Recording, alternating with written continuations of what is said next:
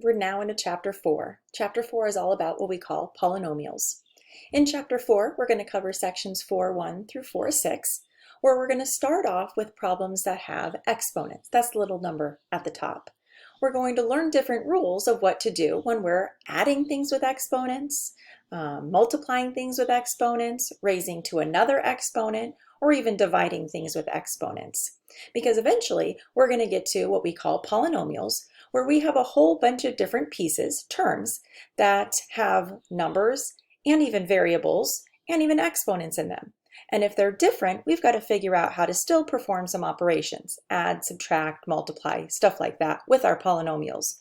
So we have to learn a bunch of different rules of what to do on all different types of problems when we have exponents and when we have polynomials. So we're going to work through this chapter together, again making sure that you print off your blank Chapter 4 notes packet, making sure that you fill in the notes as you're following along with the video, and that you submit your Chapter 4 completed notes down here. We learn lots of good information in this chapter that we're going to use for the rest of the time in this class, so it's really important that you are understanding the information on exponents and polynomials because we're going to be using it a lot in all of the other chapters. Let me know if you have any questions.